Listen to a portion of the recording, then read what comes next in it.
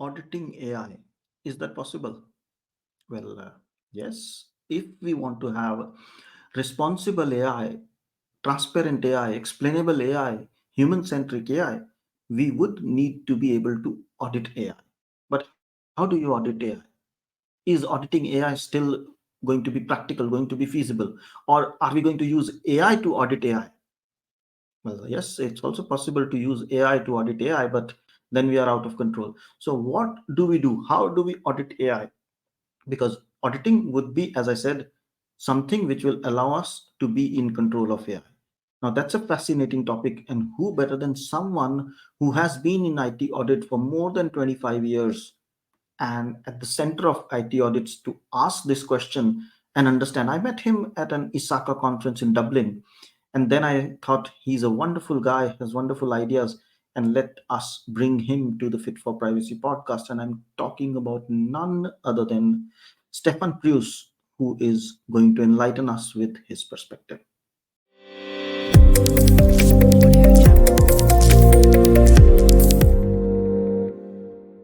Hello, and welcome to the Fit for Privacy podcast with Punit Bhatia. This is the podcast for those who care about their privacy. Here, your host, Punit Bhatia, has conversations with industry leaders about their perspectives, ideas, and opinions relating to privacy, data protection, and related matters.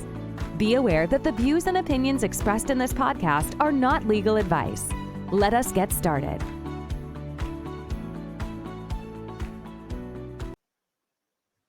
Here we are with Stefan. Welcome, Stefan, to Fit for Privacy podcast.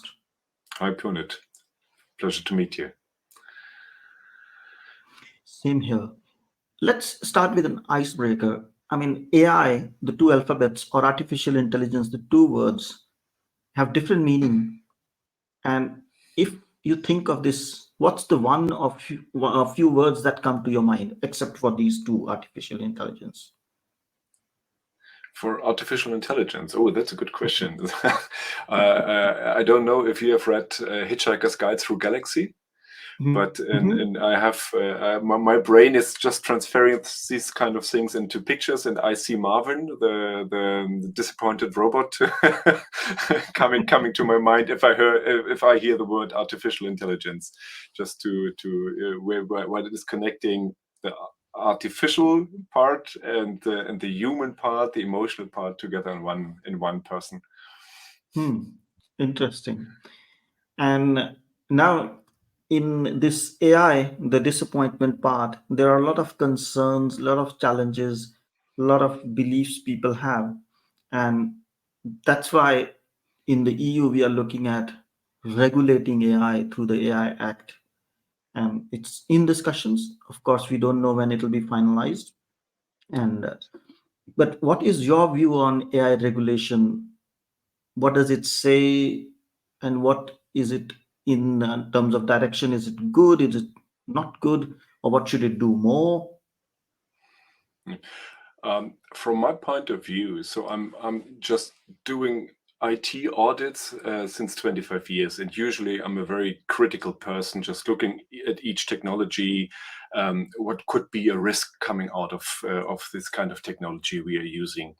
But when I started to get in touch with artificial intelligence, I think there are so many chances, so many opportunities coming with this kind of technology. Just looking on a medical perspective only, just what could it bring us in medical way, in a healthcare way, where it could help us to develop new drugs and new things. So I have, on one hand, a very, very positive attitude regarding this technology. And with this now 1 year ago, when ChatGPT started, it was for me just a bam moment where I'm looking for. On the other side, I have the expectation that new technology, it is always a risk included in this kind of technology, and I'm very looking forward just to have a strict regulation especially regarding AI, because it is, in my opinion, not only a technology, it is something that is changing our societies. It will have a larger impact than social media platforms, for instance. And 2 days ago, I think the 6th of December, there was should be the final round of negotiations regarding the EU AI Act, and unfortunately they have postponed it, and I'm not pretty sure if there will be a result in this year. So two different hearts in my breast regarding the topic. Yeah. I think we will have the most likely that it will be a big achievement if in the current EU Parliament session, meaning before the new Parliament and the new members convene, if they can achieve to close this AI Act, that'll be a big achievement. And if it doesn't, my concern is if they don't do it, the new Parliament when it constitutes, then members will have new opinions. So do not expect them in 2024 because they will come up with new ideas, new opinions, new definitions. Then it'll be in 25, not even in 24. Yeah, that could be one way. So, but looking at the negotiations, why do they postpone the negotiations? So it was because Italy, France, and Germany, they have, besides the negotiations in Brussels, they have a new position regarding foundation models, and they defined some expectations which must be fulfilled with the EU AI Act. And this was, I guess, is my opinion from far away, that this was the final reason that they can't find an agreement about the EU AI Act. And this position of Germany, France, and Italy will remain also last year. It doesn't matter what kind of people we will see in the parliament next year. But I hope strictly, if there is after the EU election, that there will be some people in the parliament aware of this technology and able to assess it in a right way, the chances and the risk coming out of this technology. This is my hope. Yeah, I would agree with you. And I think we all hope it comes soon, but we also hope, more importantly, that it's a robust legislation, Yeah. Yeah. complete legislation with a lot of business friendliness, so scope for innovation, but also human aspects. So, I mean, like the typical EU regulations, which are very balanced, human centric and business centric. So, in that Yeah. order, human first and business second, not unlike Yeah. some of the Silicon Valley ideas, which are business first and human later sometimes. So, this AI, as we talk about artificial intelligence, it will also have an impact on the cybersecurity situation. How do Definitely. you see that? Because on one hand, it can be a problem solver because Yeah. you can use it to monitor systems, monitor attacks and events and so on. But on the other hand, it's a boon for hackers, boon for people with malified Exactly. intentions. Yeah. So they're both sides. Like every time, they're like it's a sword. So it's Yeah. cutting edge on both sides, Yeah. and that's the issue. How do you see that? Ah, you mentioned it before. So both sides, both parties have a chance to use this kind of technology for their own purposes. So you could use AI in different tools just to discover patterns. This is the main skill of this kind of technology to identify difficult patterns or risky patterns in network traffic, for instance. And on the other side, it is helping also the guys on the other side, on the criminal side, just to have better skills and to develop better attack vectors, just to address phishing attacks, just to find out security flaws in software code. So for me, it is like hedgehog and rabbit, the race. Yeah, it is who has the time and the greatest interest just to use this kind of technology in their processes or in their products. But I hope the bad guys will have better chances to use it, because it's much easier for them to use this kind of technologies. I But agree. finally, I hope I'm wrong with this. Do you have an opinion? What is your opinion to this topic, or to what kind of view do you have? I think I have very similar opinion. It's a double-edged sword, and it's like anything. I mean, you Yeah, don't stop using electricity because it can yeah, kill people. I mean, if you hold your naked wires, hmm you will be dead. Yeah. So electricity in its raw form is very, very dangerous. And Yeah. same for fire or any other technology. And we have always had this fear. Internet also, there's pornography and there's all the misuse and the hackers and everything that's still possible. So there is always, the greater the benefit, the greater the risk. That's how it is with the AI Yeah. also. So Exactly. so yes, we will have the negative side. It's the same thing we are talking about crypto, blockchain, and all these things. But AI is far bigger and in terms of scale and in terms of benefit. It can bring in far more scalable benefits. And when it reaches the stage 6 or 7, as we say, exceeding the human capabilities, if it does, of course, because that's hypothetical, then it can bring a huge advantage for the mankind, and then we will have the real benefit. But of course, if it can bring the benefit in that sense, like exploring how the universe was constituted, where are we headed, when will the human race end, and all that, or what can we do to protect, how then we do we use it for sustainability solutions, or maybe create some artificial rains and all that using AI. I don't know, everything is possible in magical way. But if that's possible, on the other end, somebody with a malified intention can screw up the system. Even now, hack into the military systems, and you can almost jeopardize the security of a country. So that's possible, and Definitely. with AI even more. So there are both sides. But if we use it well, and in the past, if we look at 300 years or even 2000 years, because 2000 years ago, Aristotle and Plato and everybody was talking, when the writing came in, they said it's dangerous, it'll Yeah. kill the human race, because people will stop remembering and they will write. Now, that was just writing on stones or books. Yeah. That was the opinion. And after 2000 years, we are still alive. We're still in good shape, and writing is helping us. Yeah. Now, I Definitely. don't say writing and AI are same. AI is far more advanced, far more dangerous, far more uh, different. But still, we always had concerns, and we will have concerns. But again, if stage 5, 6, 7 will come in, I don't know. But even with the stage 4, stage 5 AI, that is at par with human intelligence, it can assist us in doing better, making our lives better. And already with ChatGPT, it is better. Definitely. So everyone is using ChatGPT. I guess we can't do our work without these kind of tools currently, just for different purposes. And just to on the other side, I see ChatGPT meanwhile only as a search 2.0 technology. It's just a skill set with a broad skills to use, but it is only one way to use it, and the real advantages of AI will come in the next years, or in the next years. It's not ChatGPT. For me, is it only a functional technology? I would agree with you. And now you're an IT auditor, if I understand well. Yeah. That means you can look at things critically, and you can look at it. How do we manage, control, or audit them? Let's put it Yeah. like that.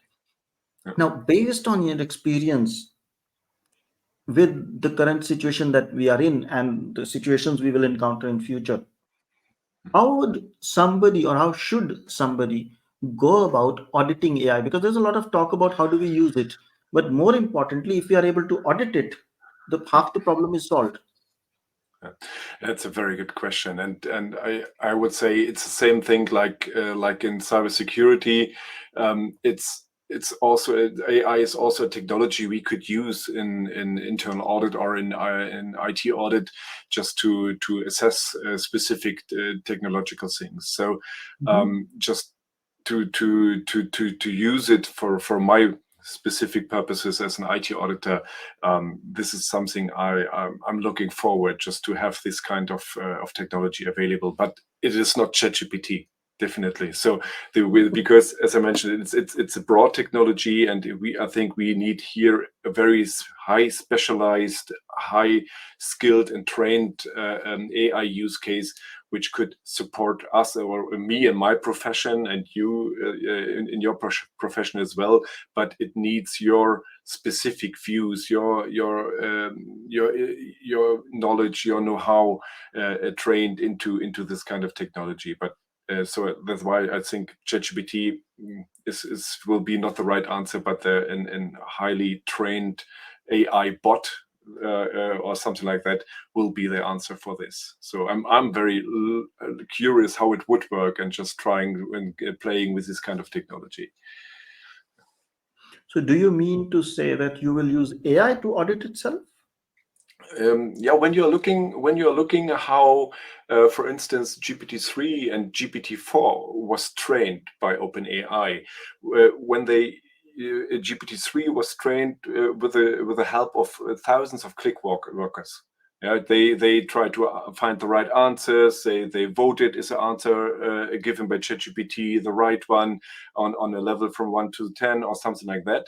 And OpenAI was very smart, because it used this kind of behavior and developed a specific tool, an artificial intelligence tool, which could be used as a training tool or how to say, monitoring tool, just to train GPT-4. So they use the same technology to interact with itself, and that's why I think it is something which could be possible as well for my profession, that we have this kind of technology and usable for these kind of purposes.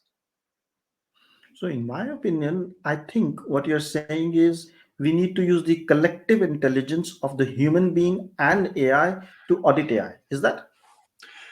This would be one answer, one possible answer. And Mhm. the major question coming from this assumption you just mentioned before is, what is our task then in this game? So when they both are interacting, do we have is a human still in the loop or on the loop? That will be a very interesting question to answer, and we I would both think so. couldn't answer it now. Yeah, we cannot. But if the human is out of loop, then we Mhm. are out of control. Then we are out of control. That's why. And then Yeah. now we come to an ethical part where we have to ask the questions: is it something what we would like to have, or is it something we would strictly avoid? So this is a discussion. This kind of discussion is not finalized yet. Yeah, and that goes back to our earlier discussion on the AI Act. Mhm. That's what the AI Act Exactly. is trying to bring. It is Yeah. trying to bring a perspective saying, one, the AI is explainable so Yeah. that you can explain what it does. So we remain in control. Second, it's auditable, that you can go and check Mhm. what it is doing. And third, it's transparent also. So it's not doing all the things by itself and giving the result. It's also Mhm. on the way, in the way, kind of taking you along as a partner, as an assistant, so as a peer. Mhm. So I would think in the audit world, what you're suggesting, AI would be my assistant to assess the AI, because I have limited thinking Mhm. as a human Yeah. being, while AI can think. So I say, hey, I want to audit this, give me some ideas, and I say, no, explore on this and that. But I Mhm. still make my own judgment as an auditor. Exactly.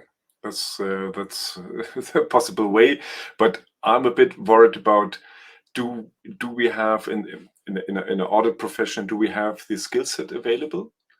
And currently, what I see in especially here in Switzerland, and this is very difficult to find this the mindset, the skill set to audit this kind of technology, and just you have to play with it and to train it, and everyone is still waiting and looking what happens when the regulation is coming. Then we will be ready, but I'm pretty sure no, we are not. No, no, no. We're certainly not. But I think the way it works is we were not ready for internet in 90s. Then we were not ready for the 2000. What do you say? The switch, 99 Mhm, to 2000. But mhm. it happened. The sun still came, and it was all fine. There were Yeah. few issues, and it's the same. Yeah, but looking at the time when the internet started in 19, I guess for me was the first in 1996, and look at the time we had just to get in touch with the technology, just to be used to it and to find out how it works, and look at the pace we had from this 1 year when ChatGPT was released until now. What happened? This incredible speed this technology is showing. Uh, I'm not pretty sure that we will have the time to do so, like you are That's saying. true. Yeah, I mean, I'm banking on the other aspect. Yeah, We as humans have adapted in yeah, last whatever number of millions of years we see, and adapt. The technology or the world has been ahead of us always. hmm, If you look at the corona, it hit us like anything. We needed to shut ourselves, almost shut the countries down. We needed to do something which we didn't do for 100 years, or at least in our lifetimes. It was difficult psychologically, emotionally, and everything, but we survived. And now if you ask somebody, there was corona time and we were sitting at home, we couldn't go out, and we needed to wear masks, and we needed to only go for groceries. hmm, It seems crazy, but we adapted then, and almost for 1.5 year. So I have big faith in the human okay. adaptability and human sustenance and resilience. But we don't know. And again, the challenge, this one is not any other challenge. So let's also be clear. It's one of the different one. But again, Corona was very different, and every time it has to be different. Now, all this, while we look at the auditing aspect of it, there also is the privacy element of it. How do you see, how will privacy shape up in the world of AI? Is a great question, and it's so difficult to answer on this question. So, if I would like to start in I don't know if you are familiar with the current copyright lawsuits we have against all the foundation model providers. So there are each provider like OpenAI, Microsoft, Google, Stability AI. Everyone is facing copyright challenges. As one exception is Adobe. So because they have their own data to train their model, but everyone else is facing these kind of lawsuits. And I'm very curious what will happen, what will be the result of this kind of lawsuit. So a couple of weeks I said ChatGPT is dead. If one of these lawsuits is just coming to a conclusion that it was illegal to use the data for the copyright protected data for ChatGPT, and this will be very interesting to see how this is going on. And then the second part you mentioned is the personal data, the data we making us as a human, or describing us as a human, and there you could see the impact of the European data protection law.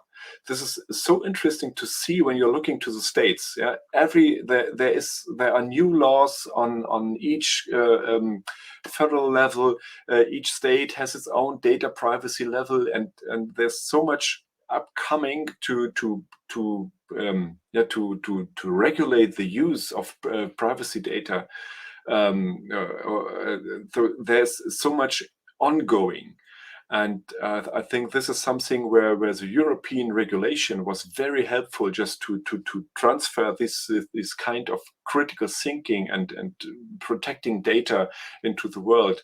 It will be very interesting to see what will it be, or what is the impact in the technology of AI. So could we use this kind of data as well for these purposes? And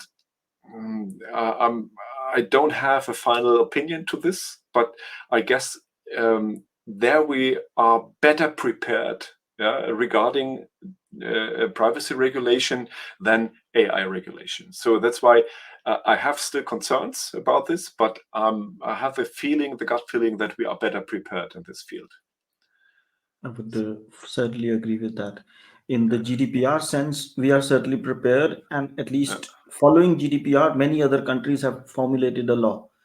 Now, when the exactly. AI Act comes in, I'm very sure many other countries are going to copy it and make it their own Yeah, AI regulation sooner yeah. than later.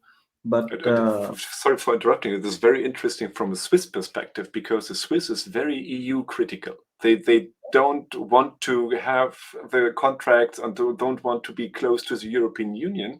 But there was on a governmental level last week a very interesting information, because they mentioned, yeah, we were looking at the European Union and we will take over this kind of regulation as well for Switzerland. And this was the first time I heard this in mhm. Switzerland. So very interesting aspect. Yeah, that way, if we look at it, the UK has taken a different stance. They Yeah, say we're yeah, not going to regulate it. Rather, they've exactly. established what we call the AI Safety Hmm. Institute. So it is going to look at or evaluate, and I don't know how will they, because they will probably need to formulate some guidelines saying you must come to the Safety Institute for evaluating safety, which is in Hmm. essence a regulation Yeah, approach or a rules approach. But they yeah, are going the other way. First set the regulator and then the regulation, if I may call it like that. yeah, But yeah, it's nobody knows, as you said earlier. yeah, We are not ready, but yeah, we are all doing our things to be in control because we do realize the gravity and of the challenge that yeah, we have in front of us. And it's going to be some fascinating 3 to 5 years, in my opinion. Who knows? There is a regulation which says, like you say, copyright data cannot be used by AI, or ChatGPT usage is legal or illegal, or whatever mm, happens, or something else happen. But something will happen, and it'll be an interesting times to share.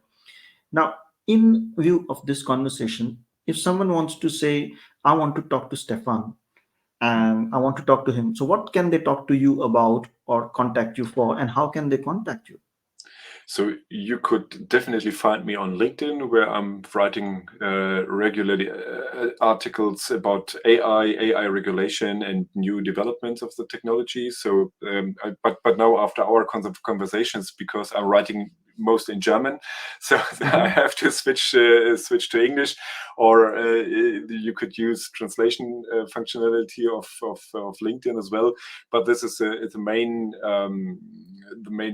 where you could meet me mostly. And on the other side, we both met in Dublin at the ISACA Yeah, event. So was very happy to have you in my presentation as well, and to meet you thank there, and you. to listen to you. And so I'm definitely in the next events as a presenter or as a participant available, just to, if there is a conversation or a question we could talk about it, I would be more than glad to do so. I think I liked your presentation about how to audit AI. And Mhm. if I have an opportunity anytime in a conference, or we need a person Yeah, to talk about it, you'll be certainly on that topic for yeah. sure. So, with that, I think, Stefan, it has been a wonderful conversation, and thank you so much for sharing your Yeah. time. It was a great pleasure from my side to talk to you, and to listen to your view to these kind of topics, because I think we need this kind of discussion a lot more. So thank you very much for giving me the opportunity here. It's a pleasure. Thanks for listening. If you liked the show, feel free to share it with a friend and write a review. If you have already done so, thank you so much. And if you did not like the show, don't bother and forget about it. Take care and stay safe. Fit for Privacy helps you to create a culture of privacy and manage risks by creating, defining, and implementing a privacy strategy that includes delivering scenario-based training for your staff. We also help those who are looking to get certified in CIPPE, CIPM, and CIPT through on-demand courses that help you prepare and practice for certification exam. Want to know more? Visit www.fit4privacy.com. That's www.fit4privacy.com. If you have questions or suggestions, drop an email at hello@fit4privacy.com. Until next time, goodbye.